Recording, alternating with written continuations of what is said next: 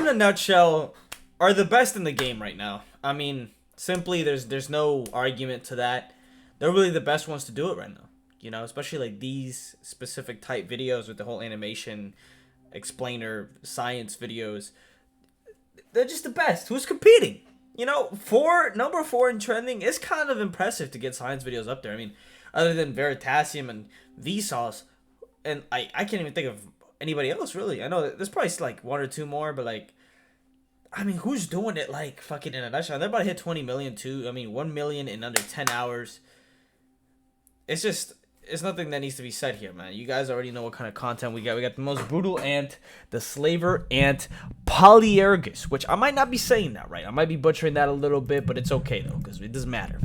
Everything changed when the Slaver Nation attacked. Everything changed. What used to be a thriving colony is now a captured country. Damn, that boy getting Slaves eaten. do the work, serving their new masters until they die, only to be replaced by new victims harvested in brutal raids. But let's go back to the beginning. Alright, so we're gonna go to chapter 1 right here. Going all the way back. Let's go. The World War of the Ants is claiming millions of lives every day. But in the brutal world of ants, straight-up war is not the only way. Around 50 ant species practice slavery, the most extreme division of labor. But how much? We don't know how this what began, did I click? but some ant species perfected this cruel trade. How much is 50 though? Relative to how many species? Like that's 50? I know that there can be a lot of species for something. Like a lot of species of ants, like different. How many are there? How much is that relative to the total of ant species? Is that a lot? 50? Why can I not click on the screen? Hello? Meet Polyergus, the most intense of the slaver ant tribes. There are different species, but generally they're 4 to 10 millimeters long, with brown to blackish bodies and sickle-shaped mandibles. Polyergus has specialized in slavery so much that they've lost their ability to care for themselves. They don't clean, build nests, care for their brood, or feed themselves. They only exist for raiding. Wait, they don't feed themselves? Hold on. They don't feed themselves, so how do they not die? How do they go eat? What do you mean they don't feed themselves? Somebody else feeds them? Make up 80 to 90% of the ants in their colonies, so a few hundred Polyergus and a single queen control thousands of slave ants. We'll summarize and simplify what we know about Polyergus into one grand story. You can find more information in our sources. So now, let's witness the cruel banality of nature. The raid. It all begins on a mild summer morning on a sunny field. Witness this colony of over 10,000 Formica ants, genetically cousins of Polyergus, who build a thriving nest underground. They are a widespread genus. Some species are good fighters, some... Whoa, my bro is just... Hey, yo! Ground.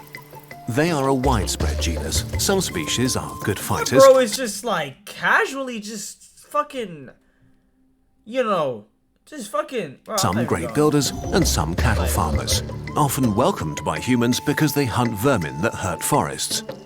Nobody noticed the lone Polyergus scout that briefly showed up this morning before she bolted away again. The attack begins in the early afternoon. The scout returned from her mission to find the Formica nests.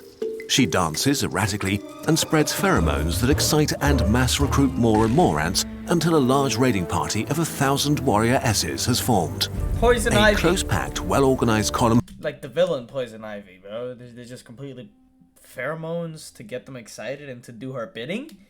That's Poison Ivy. Up to 10 meters long begins to move. As the Polyergus raiding party arrives at the Formica colony, the attack begins almost immediately. Dozens of attackers begin digging and clearing up debris from the nest's entrance to make it easier to storm. As soon as they're done, hundreds of the attackers rush inside. The defenders vastly outnumber their attackers and are formidable warriors able to shoot at it.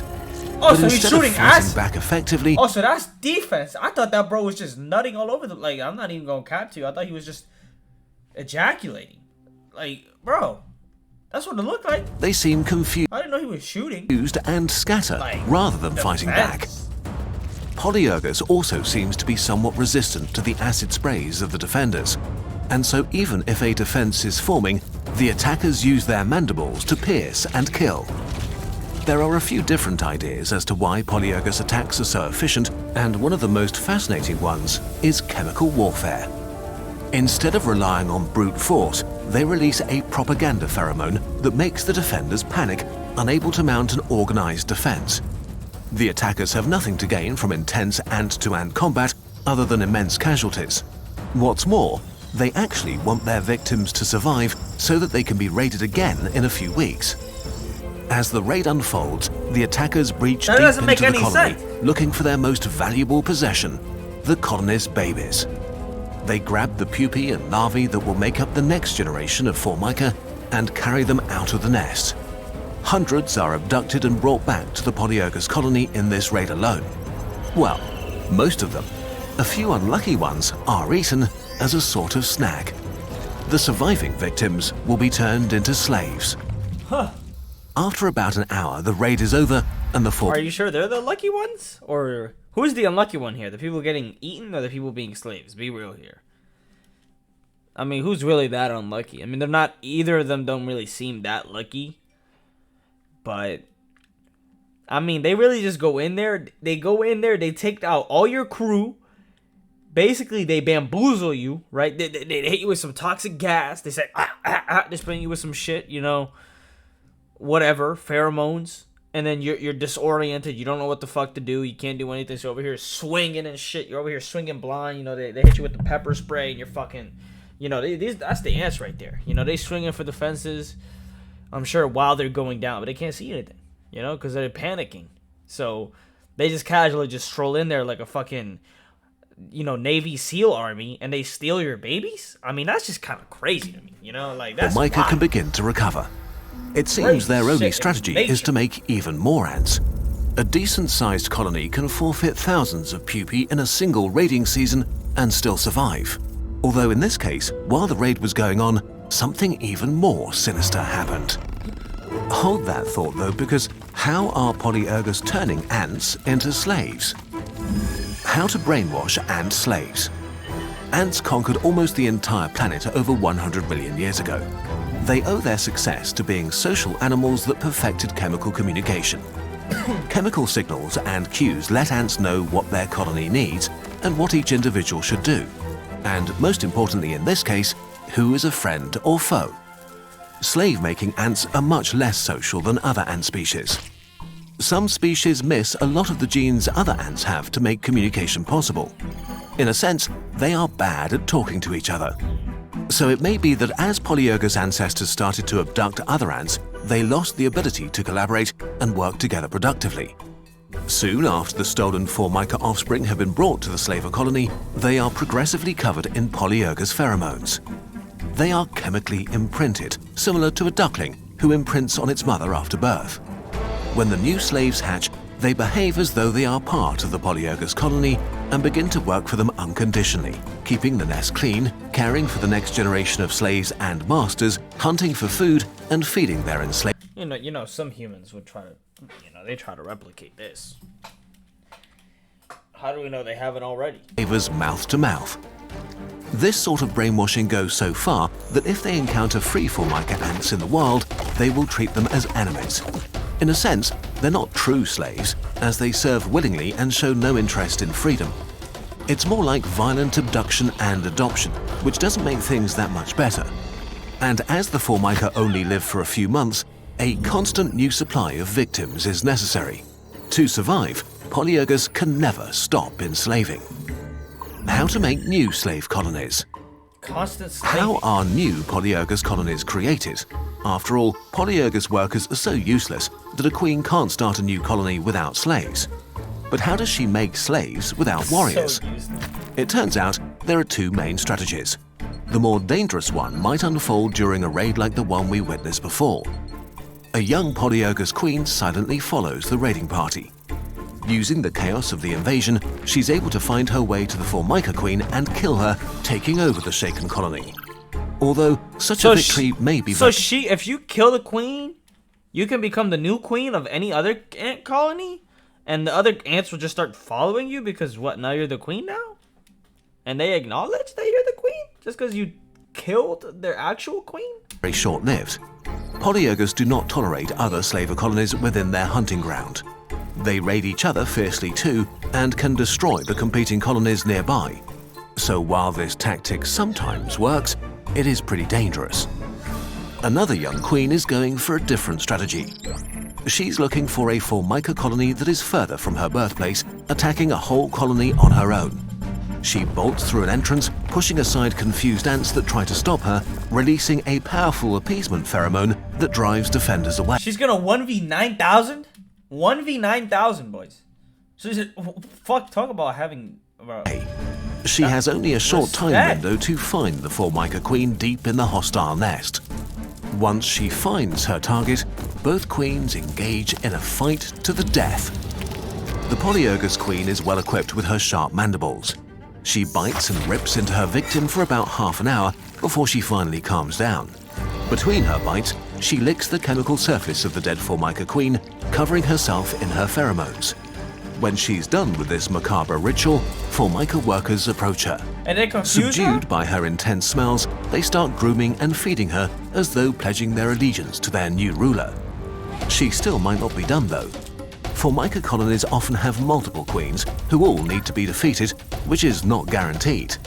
Often, attacking queens will be stopped by a phalanx of workers that rip her apart or are defeated in royal battle. But if she does manage to kill all the queens, the colony has been taken over and the enslaved brood will begin to serve a new queen, the usurper. She now begins laying eggs that are cared for by her new slaves until new Polyergus ants hatch that will soon start new raids on neighboring colonies. No matter what we humans do, quietly below our feet, the world war of the ants is raging, with wild and horrible strategies fought by billions of individuals every single day. Polyergus will continue to hunt for slaves, as to stop raiding would be their demise. And in the war of the ants, there is no giving up. We want to explore even more ant species in videos to come. But not just ants. Our planet has so many more wonders to marvel at and learn about. So it's just constant, perpetual enslavement.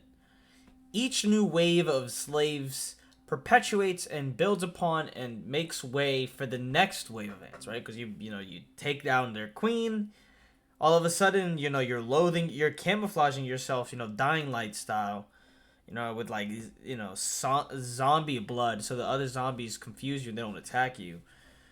But like OP, like it's not zombie blood at that point. It's like that's queen blood, that's the mother blood. Like, like people will not worship you now just because you defeated the queen and you've masked yourself with her pheromones. So they'll start feeding you, and then when you have kids,